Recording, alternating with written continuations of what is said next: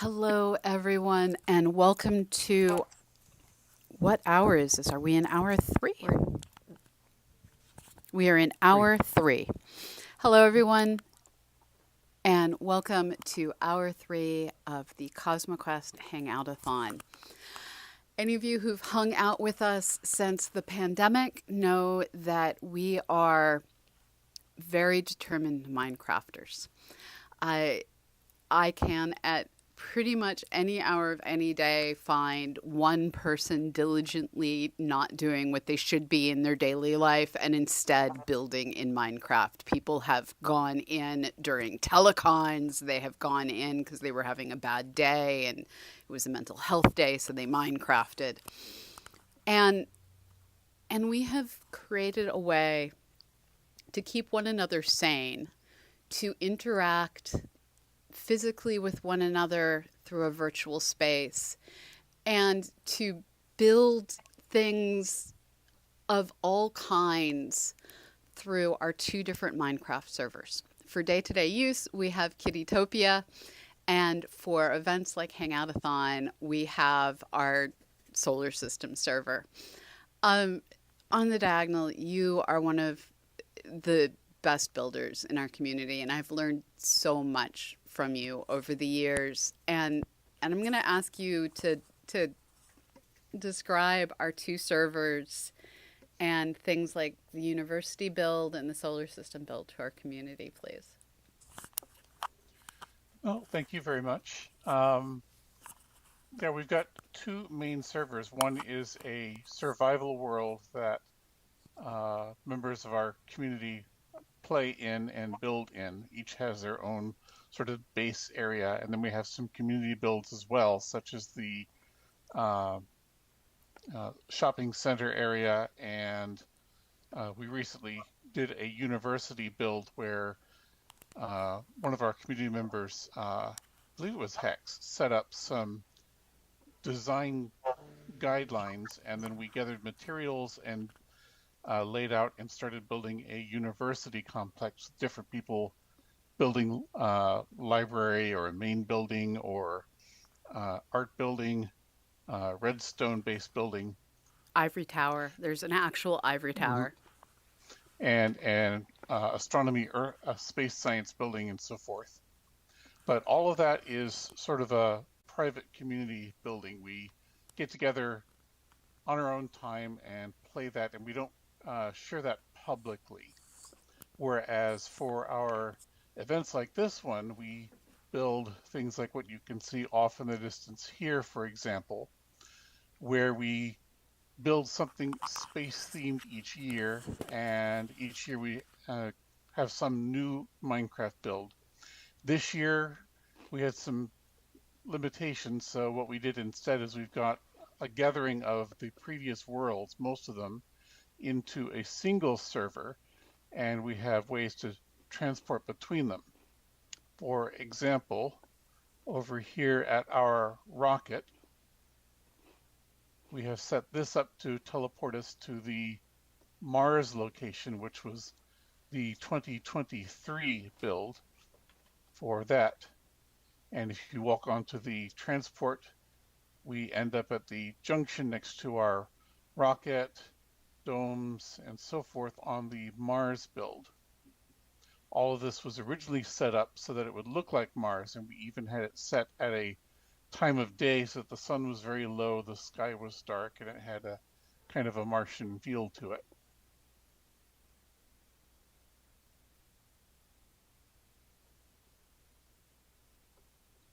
And if we go back to this teleport pad here, it returns us to the main visitor center. The year before, let's see, what was the year before? The year before was uh, Rocket Park. rockets and robots, and we didn't get that loaded in. That was our moon base build. But we do have the 2021 rocket build area here with our little TARDIS. And for this build, we built a new visitor center. We built a mock-up of the aging Hubble, and a large rocket park divided into different areas by the different nations that have extensive rocket programs. So there's an area for the Chinese rockets, an area for US rockets, an area for Russian rockets, each color coded and labeled. You can travel around through and see rocket history. And one of our goals this year is to add in the rockets that are missing. So the New Glenn isn't here because it just wasn't on the horizon when we built this. And so this is the year where we say, let's go in and let's fill in what has grown and what has changed and what is incomplete. Let's build on the past and build into the future.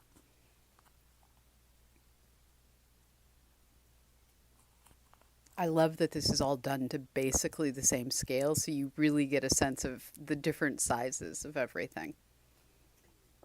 Yeah, we tried to make them look as much like the rockets as we could with the limitations of build scale that we had. And I'm Exis, not sure, but I think these are actually built to player scale too. yes. So that if you're traveling around in the world as a player, you can look up at the size of a rocket and have a sense for how large it is and how much people have to pack inside them in order to travel in some of the rockets that carry people. Existential Squeeze asking, just coming back, how many hours did this take to make? So each of these different sections was done in a different hangout-a-thon. On the diagonal, you probably know more about it than I do. But the rocket park, which we're looking at now, was done essentially in one weekend. We had people building most of the day while the talks were going on, and we came back periodically to see what was going on. But the rocket park in total was built in under 3 days.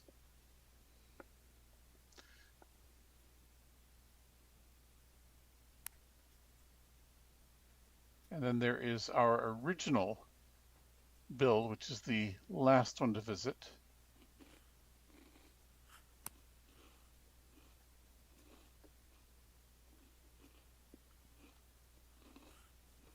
We're back at the original visitor center we built, and if we head over to the little button here, this will transport us to the center of the sun, which can be seen out through the end windows here, and we have a set of buttons, each of which will take us to one of the planets or one of the dwarf planets or to the asteroids. So for example, let's head to Jupiter. That's one of the more interesting ones. Oops.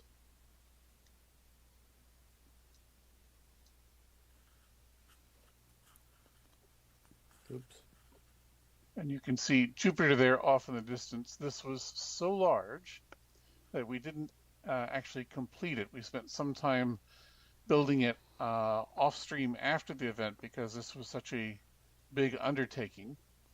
This is a scale model of the solar system, and Jupiter was the scale by which we designed everything. Jupiter was scaled so that from top to bottom, it was as big as we could make it within the limitations of Minecraft building. And we brought on some well-known Minecraft builders. In this case, Pixlariss helped build the design on the surface of Jupiter's clouds, all of the different patterns and such. And we brought in another, the Hot Dish was working on Saturn, and we had years, and it was actually because of this build event that I got involved with CosmoQuest. I came on because no one was building the 4 Galilean moons of Jupiter, and I thought that was a shame, so I came on to do those 4 moons. And what but I the entire love, solar system, the entire solar system build is up and available in our current blended world, and all of the buttons work so you can travel around to the various moons of Jupiter, back to the sun to travel to other planets, the largest moons of and most interesting moons of some of the other planets have also been put in, as well as some dwarf planets and major asteroids. You guys, so I haven't had a chance really to take a look at this. I gotta tell you, there is like literally a little tear in my eye because many years ago I wrote like a numerical model of like what was happening inside Ganymede and Callisto, and the main like technical tweak that made the model work was that I made a sphere out of cubes. So it was basically this, but for Ganymede and Callisto. And anyway, I applaud you. This is fabulous. And I also applaud the fact that there's a core inside Jupiter. I was like, we start going, and I'm like, oh, bless, there's a core. Yep. Look at, oh, come on. Callisto. This is great. It's really lovely. This is a lovely thing. Now, there's a new person who's joined us this hour, Christina. She has been brought into our community by one of our long-term humans, Phoenix, who any of you who've attended in-person events has met over the years. And she comes to us with experience in nonprofit project management, which is something any of you who know me well know I can do, and I will hate every moment of it while slowly dying inside. Um, and so I'm very grateful for you being here, Christina. I'd love it if you could take a moment to introduce yourself and like you come to us as another Minecrafter who Yeah, understands the educational importance of this. yeah, absolutely. Yeah, and it's kind of wild over the years how much I've really gotten to dive into Minecraft in so many different ways, and it's almost all tied into education at one point or another. I mean, aside from just pure play, because I have kids, of course, and they are just like, okay, let's go, let's play, and like try to grab you in to every game, and it's amazing. Um, yeah, the amount of things you can do. I mean, really, it's not just here in science, it's everything education too that you can do. Um, Recreating uh, ancient cities, just doing like a math lesson in classroom, because there's so much education. There's even Minecraft education you can be a part of. And I ended up teaching even my own kids, like doing some homeschooling through Minecraft as well. Um, there's just so much you can. Oh, sorry, my computer's freezing here for a second. And it's really just amazing to be able to see a lot of barriers come down when people are able to join, especially like in the community and play and learn. Um, it's just phenomenal. I've seen in college classrooms too, people come in with projects where they've invited other people in just in the classroom. It's like, this is my project, come join, come learn. And it's so great because people go from this, oh, okay, we're just watching another project, we're just doing another thing, to this like almost immediate excitement, like, oh, we get to be a part of it. That's great. So, It's um, all possible because of the creativity of so many people who are here. And CosmoQuest is a Patreon ambassador. We're given early access to features, we're given extra support. They recognize that what we're doing is something that they want to help. And one of the things that they helped me out with was my coffee addiction. uh, Um, this is a mug. Yes, I got it lined up. I don't think you can read it though because lighting is terrible. The mug says creativity over everything. And we are creative, playful individuals who learn through trying things. And Patreon is a place for creatives. And we have to remember science advances at the speed of technology and someone coming along with a creative idea. We need both. And so we celebrate that creativity and keep each other sane through Minecraft. And Amy, you're another scientist who has experienced the need to be creative. What is the most wildly creative thing you've had to do with your research career? look, I'm seriously, like, what is the most wild thing that I have done in research, or weirdest application of my research career, or something else? Weirdest creative thing you've had to do. So like I do support science. I'm a software programmer for science. And so for me, like the stupid creative thing I had to figure out how to do was shoot, you don't have to do everything in one computer language. And so I wrote an awk script that called a this was in the 90s that called a Perl script for scraping a website that had NASA FITS images so that I could get background images. I then ran a C script. No, sorry. I then ran a series of IRAF scripts that marked up the images. I created PostScript files. I then ran a C script that generated LaTeX, and then it sent everything to the printer. So I woke up in the morning and I had finding charts for all the new places I was going to go looking for galaxy clusters. So it was wild and crazy programming. What is the most wild and crazy thing you've had to do to advance your science? Well, okay, so that actually ties into what I was saying before, about this model that I wrote where we had to represent a sphere as a bunch of cubes. So, yeah, the stupid thing that I did when I started writing that model is that I wrote it in IDL.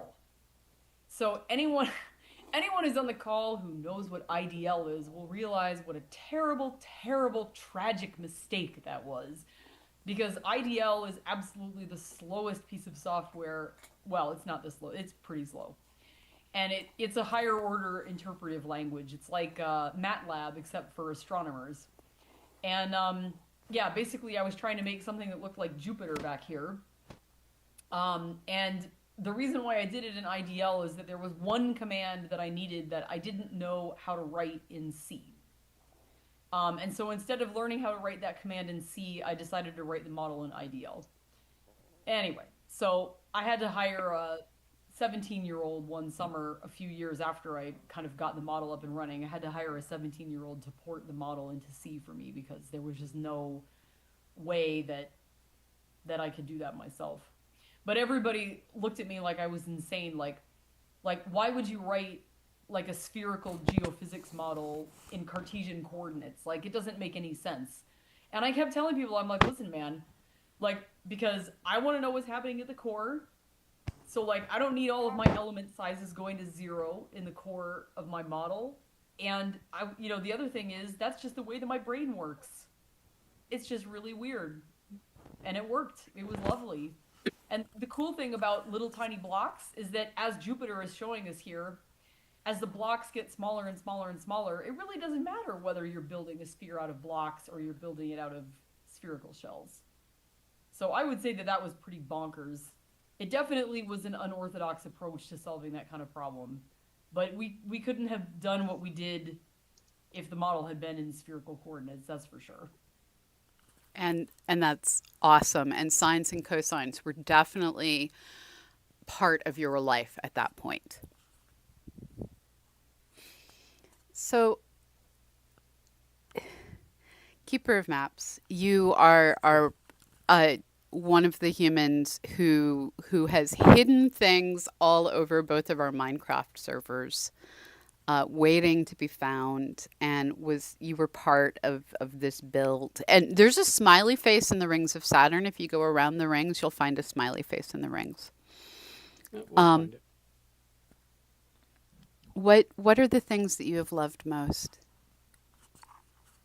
About the universe, or sorry, about the solar system build?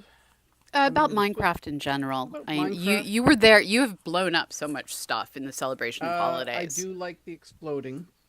There are days when you just need to go into God mode and then create a solid sphere of TNT that's about 30 or 40 blocks wide that's buried underground, and then you detonate it and you wait.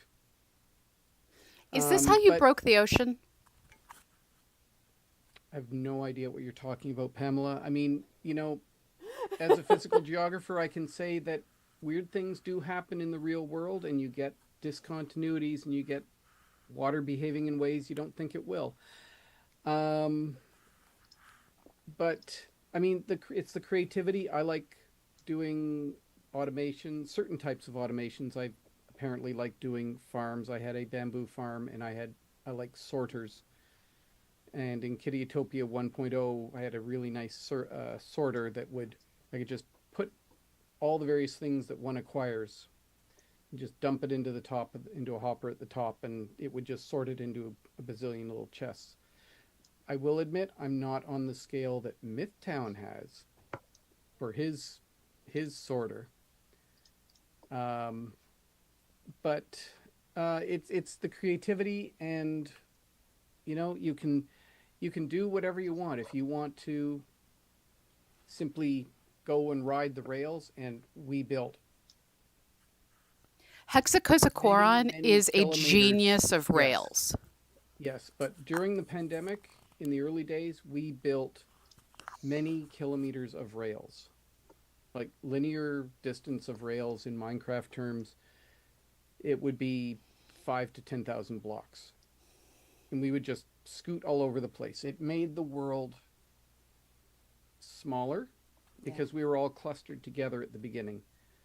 And it's like, well, we need to be farther away. So I went farther away, and then I started building a long rail line to connect up with another rail line, and other people piled on. And we have complex automated junctions now.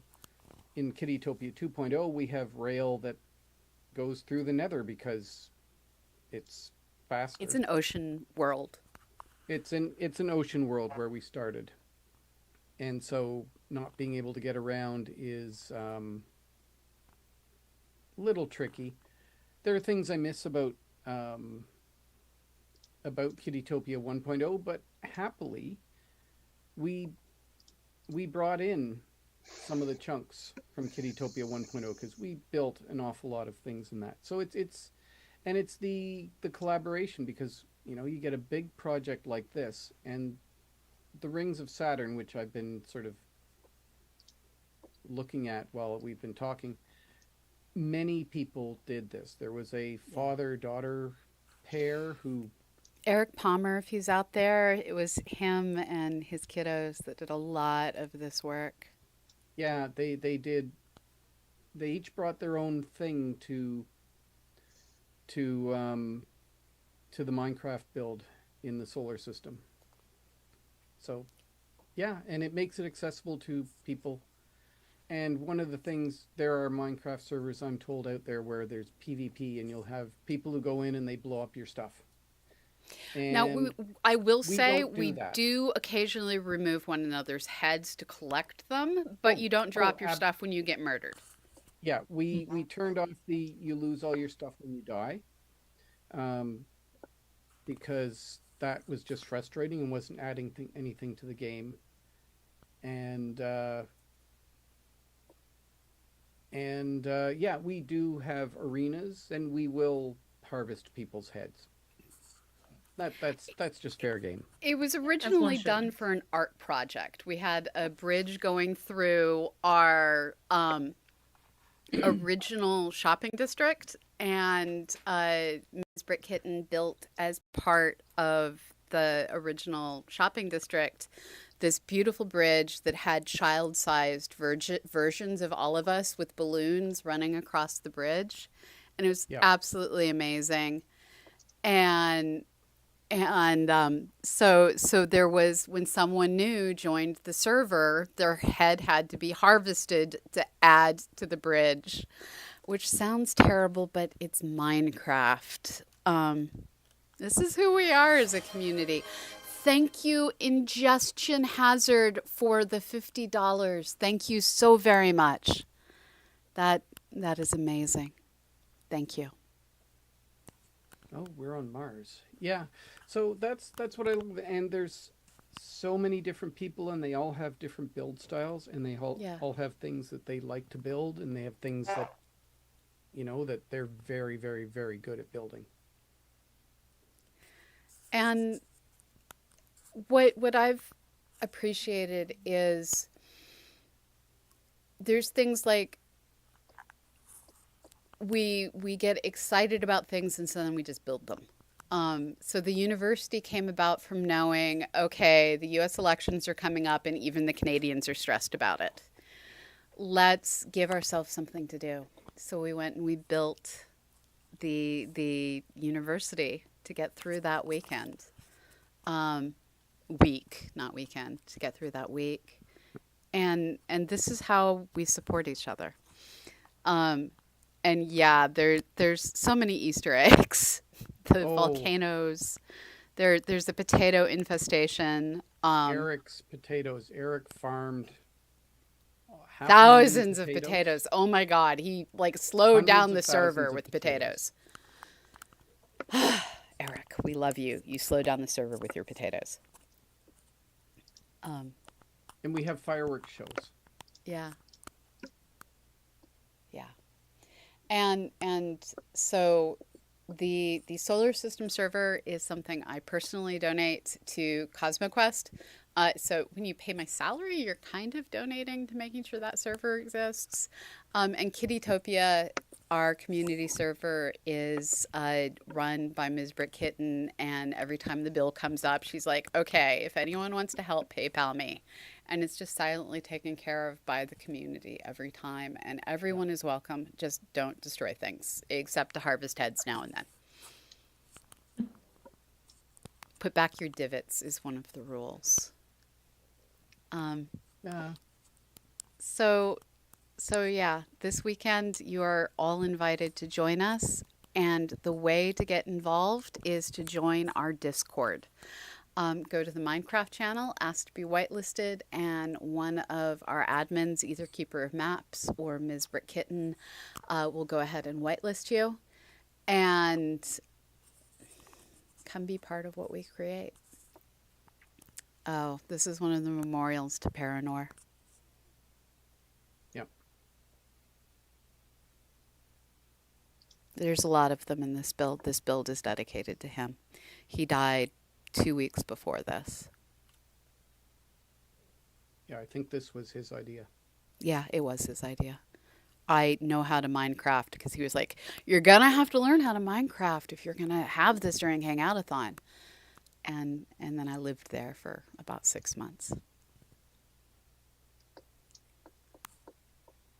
Okay, I see so many question marks, which is admittedly an AGN with a bent jet. Is there an actual question, or are you simply flinging high energy particles at us, which is also a good thing to do? I think those were Paranor question marks. Okay. That makes sense. Yeah. I think we have Bennu here even. We do. And we also blew up Bennu. I believe in the next hour we're discussing Bennu. Yes. No, hour 6 we're discussing Bennu. The next hour is pairing facts with fiction.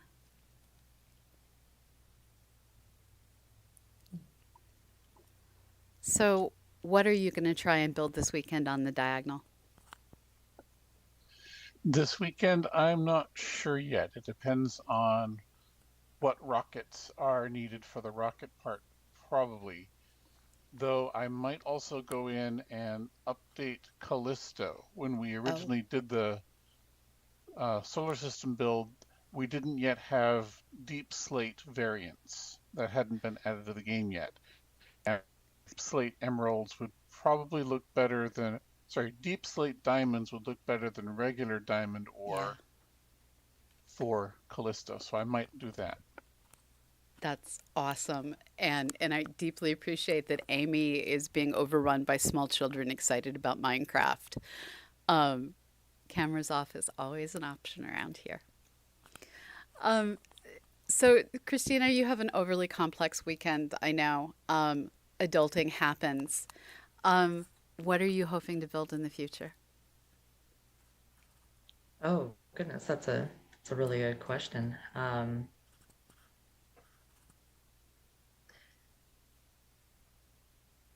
That I'm not sure. I haven't really spent a lot of time thinking about that. Normally, I let my kids take the reins in Minecraft, and it has been mind blowing the things that they've created. So yeah, no current plans. I'm sure I will eventually again. And that's okay. Yeah, Sometimes it's just so much fun though. Oh, I don't know if it's catching my voice.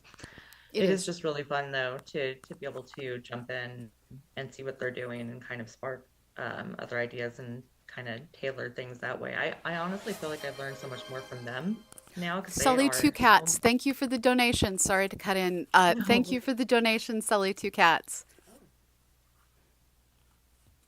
Okay, sorry. Continue, Christina.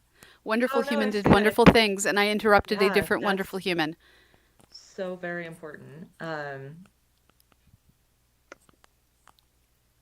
Yeah, I'm not really sure. It's really nice that we get to a lot of time to brainstorm, and it's been a lot, like I said, it's been a lot more my Minecraft time with my kids and learning that way. And we've built into interactive classrooms and environments that way. So it'll probably be something learning again with my kids, like I said, with homeschool, and Yeah, it's just unbelievable what we can do in there. So because I mean the tools are unlimited. So it's true. It's true. yeah. And there is a library in Minecraft. It's a public server that has all the Mhm. banned books. I love the fact that Minecraft made it possible for people anywhere to access things that might otherwise be disappearing from their part of our planet. Um, Yeah, it yeah, it it's is amazing. truly, and you Yeah, can they're build really. circuits. Oh yeah, that's one of the things my kids. One of the things that really inspired me first. My kids had circuits. They had an entire circuit board they built. Yeah, My, I think my youngest was 6 or 7 when he was explaining to me how pistons work, and I'm like, okay, we're doing more of this right now. So that's yeah, awesome. just phenomenal. There's someone in our community who has built computers in here. Hmm. Yeah, yeah. Hexacosacoron. Yeah. He Yeah.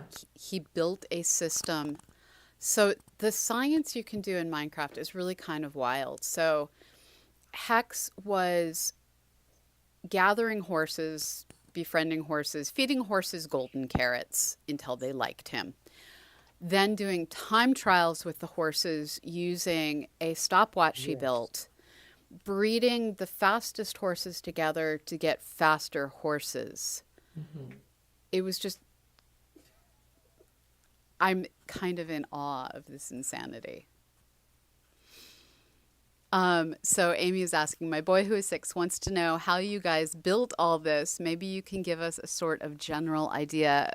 On the diagonal, do you want to explain how this was built? By this, I assume they mean Solar the system. solar system build. Yeah. That started with a uh, getting all of the math data for the coordinates of all the various objects in the solar system at their proper distances, then using fractions to scale everything to the size of Jupiter. Once we had all the data on how big everything would be and where it would be, one of the biggest tools we had to help us was World Edit. World Edit has a tool that allows you to place a block at one location, stand there, and then generate a sphere around you of a particular size. And with that, we were able to then build the planets to the sizes we wanted from an original base sphere so that we knew where everything would be and about how big it would be. We also had everything set to creative mode, which made it a lot easier than building in survival because you can levitate into the air up or down without a happy gas. This was before happy gas were a thing. And there were a number of other little tools like having the creative wand. I don't know if that's activated, but basically if you've got World Edit and you have a stick in your hand, you can use it to select a particular style of block by clicking on it with your left mouse button, And then if you click another block afterwards with your right mouse button, what it does is it changes that block to the block you just selected. So it allows you to effectively turn a stick into a paintbrush. And for something like Jupiter, that build where there are huge areas of the same color, you can then sweep around with your stick, changing a whole lot of blocks at once instead of having to individually place them. So World Edit was one of the biggest tools. That and having a bunch of people who already knew something about Minecraft coming in to help us out. And again, everyone brings their own skills and we learn from each other. I went from a total noob to someone who feels comfortable building all sorts of architectural stuff. I'm still learning stuff from On the Diagonal, who just like, he and Ruben, I'm trying to remember Ruben's Minecraft name and I'm failing. So On the Diagonal and Ruben both bring whimsy to their builds. Ruben, his stuff looks like it was designed for a Dr. Seuss book. There's curves and swirls that I didn't know you could build in Minecraft. And then On the Diagonal stuff, to me, looks like it comes straight out of Dungeons and Dragons or Lord of the Rings, or just things that I'd expect to find at my local gaming store from the highly detailed miniatures that people are now 3D printing, except he's building it in Minecraft with the high detail.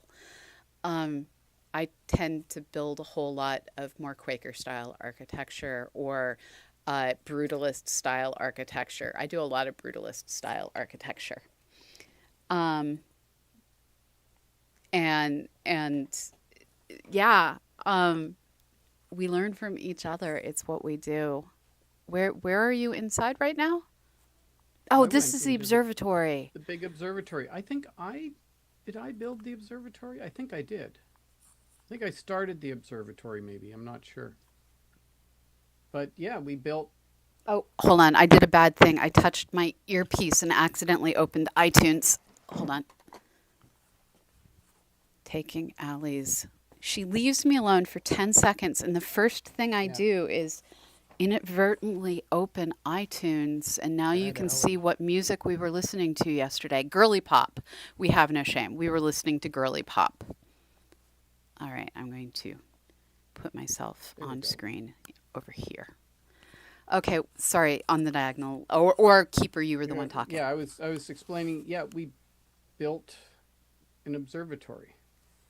And it was actually, creating big hollow spheres with World Edit is easy. It's designed to make that sort of thing really easy. But, the people came together and we put in things like the lens on the front, and there's another one down there on the ground. And it's just amazing what we did. And I don't know who was the instigator behind the giant building over here. The giant to scale building over here. It has clouds in it. That was far more enthusiastic than it needed to be, but it has clouds in it. The VAB was built. Yeah, I'm not sure if the clouds are still in it because Minecraft has modified the height, and so clouds. Oh, yeah, that's true. Might be working a little differently. So yeah, this is what we do in our spare time for joy, for fun. Now, as we look to use this for more and more educational stuff, I just want to say, Allie's like, why are you there? So you managed to leave me alone for 10 seconds. I know. I can't leave her alone. If I leave her alone, she appears in my production booth. I touched the earpiece to shove it further back into my ear and opened iTunes that way. Oh. Yeah. So I had to come over here to close iTunes, and then I hope it didn't play on the thing. No, okay. The audio from iTunes, but no one needs to know about my hyperfixation on Sabrina Carpenter right now. So closing words as we finish up this session. Christina, I want to say welcome. It is good to have you helping in the background. Mhm. Thank you so much. I'm really happy to be here, and I mean, I can't wait to explore the Minecraft server more too. So, Amy, I think your kids are going to be helping us build what? Okay, you did it this time. Sorry, we have it up there. Just quit it. Okay, that works. We're taking turns apparently opening iTunes. Amy, it sounds like your children are going to be joining us. Well, yes, one child, but I don't know. You know, we'll see. He wants to come in and look around and see what he can see. I'll prevent him from blowing anything up, I promise. But he's really excited. I told him like a few weeks ago about this, and we couldn't get it running, and so anyway, now it looks like we probably will get it running. So we'll take a look. He's super psyched. Thank you very much, by the way, for the explanation about how you built it. He was totally fascinated. He was sitting there like, so. Anyway, very very happy kid faces here. Gordon? I'm looking forward. I don't know how much building I'm going to do this weekend. The real world is just misbehaving, shall we say. Yeah. But I'm looking forward to see what other people are building. We didn't really spend a lot of time on Mars, so there's some upgrade possibilities on Mars. Yeah, even if you just want to come and poke around in the world, I mean, we have teleporters. You know, that makes life, it makes it a lot easier to get around. So, yeah. It's amazing. On the diagonal, I'm going to give you the closing words. I'm really excited to see what does happen this weekend because quite often when we share our Minecraft builds, we get new people in the community who enjoy Minecraft, enjoy space science, and so we make new friends as a result of that who join us in either just the builds for the weekend or in Kittytopia. We've had a one or two people new each year show up there as well. But it's exciting to see how people approach building real world things in Minecraft. That's been mentioned a few times so far today, just converting what we see in reality into this game of a limited number of blocks and yet making it look like what it's supposed to look like. And sometimes even just updating the science as it happens. When we were doing the solar system build, I don't remember if it was the same year or the following year, but there was the discovery that Jupiter's moon Ganymede had an atmosphere.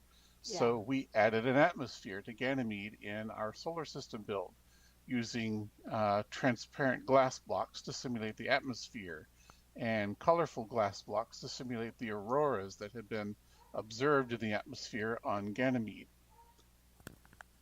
And so we end up with a community of people who have a lot of fun, who enjoy what they're doing and build spectacular things as a result. And our solar system build and Mars build have both been highlighted over on some of the PBS stuff, which I'm just super proud of. You did that. Really? You helped other people awesome. Learn with what you built. So we do need to take a break between sessions. I'm going to roll them rockets, and folks who became members of our Patreon at the $5 a month or higher level prior to December 1st, your names are there. And we will be adding everyone who joins this weekend to our Patreon credits on our website, on our Twitch roller, on the end of our videos, and everywhere else after the weekend. So I'm now going to give Allie back her computer before she murders me for touching too many things, which I deserve. And up next, we are going to be talking about science and fiction, and we are going to be joined by Mika McKinnon, who was a science advisor for Stargate and Jason Bott, who is helping to define how our spacefaring habits are changing our ideas of myth. So we'll see all of you on the other side. Bye-bye.